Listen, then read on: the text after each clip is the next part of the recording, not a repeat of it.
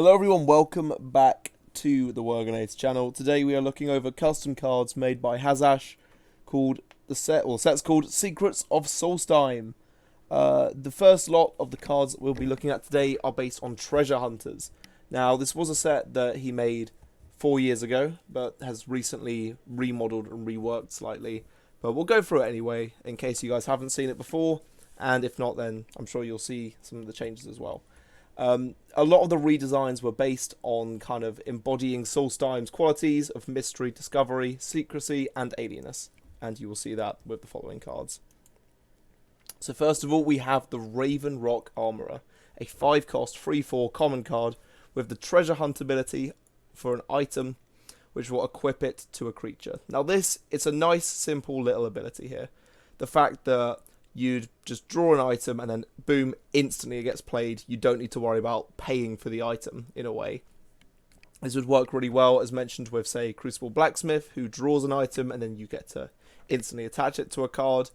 It's a very nice and kind of simple way of speeding up your plays, and it does make sense for it to be a 5-cost card, because obviously if you go for a high-cost item that you've now got into your hand through something like Crucible Blacksmith, you're getting it for free. So having this card be at a relatively high cost kind of pays that down almost. Next we have the Riva Plunderer, a 2-cost 4/1 treasure hunt, which is either looking for an item or a support, and all it does, put a completed contract in your hand.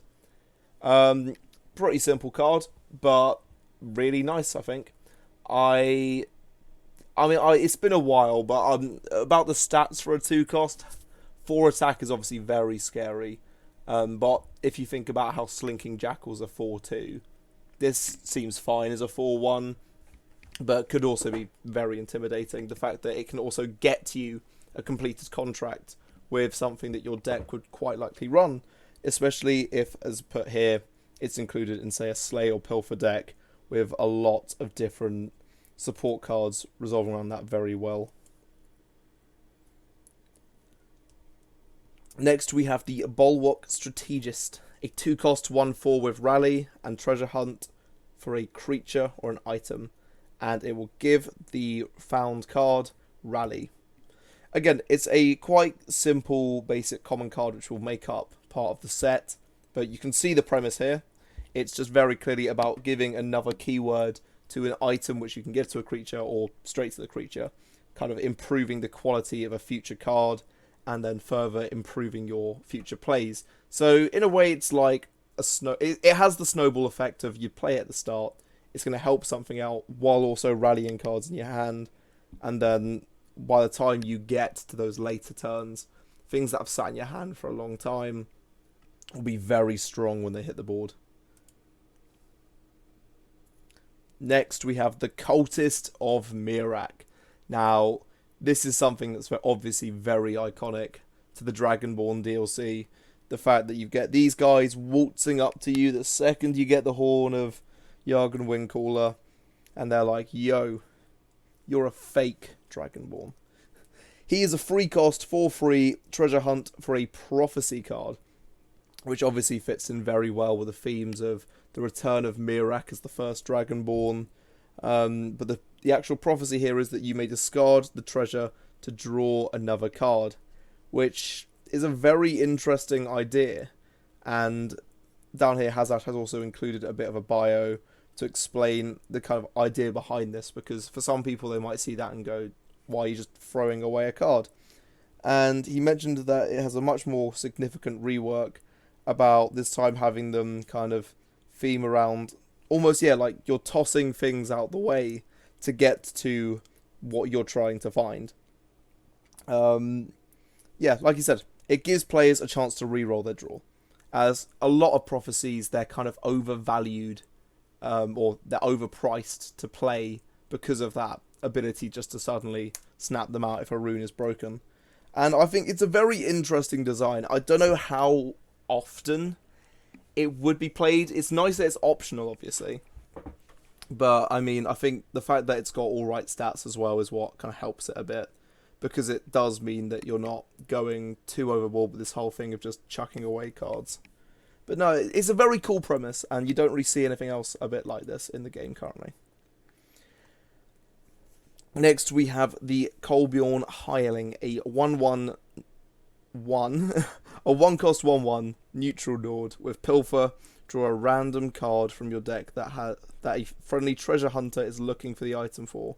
Then sacrifice Colbian Hiling. I mean, just to put it simply, yeah, very nice card. And as he's put here, it works just like Bloodpact Messenger. It's something that you'd kind of want to almost have early game. I was about to say open with, but that's a bit different because with Bloodpact Messenger, obviously, it's nice to open with it. There's not much going on the board. You can put it down, boom, draw 2 cards. But while with this, you need to have a treasure hunter on the board. So rather than it being something you'd be desperate for first turn, maybe something you'd want early game. And I think personally it's a bit weak. Oh, I don't know how I would change it. Because, I mean, I can see what it's doing. It is a very cool card and a nice concept. It's just if you're thinking about your opponent if they had like guards, and if you draw this late game, of course, it's something which is just going to cause a bit of frustration. But again, a nice premise. And now finally we have Nailoff, a 10-cost 5/5 with Ward, and says that your actions have Prophecy, Treasure Hunt, Action. Sorry, I paused at the wrong point there. Treasure Hunt action. You may play the treasure for free. So basically, when you draw an action, you might be able to play it for 0 cost. And the fact that he also gives all your actions Prophecy, he's a very, very strong card. I'll go into a bit of the explanation here to kind of allow you to learn a bit more about Hazash's opinions on this, mainly because I saw this and was quite amused. Nailoff returns from the original set with a similar flavour to his effect. The thematic gist is, I'm a friendly wizard, my companion, I don't know, take 1,000 spells to the face. Very appropriate for a esteemed Telvanni wizard. I can absolutely agree with you there. I mean, as he's put here, it's one of his favourite characters, so he wanted to make sure it stands out. And having that 10 magicka cost means that he is like a very pivotal card, but it's obviously a high risk, high reward of if something happens to him, oops, he's gone a bit. Plus, a nice thing to consider with treasure hunts is they only go off once.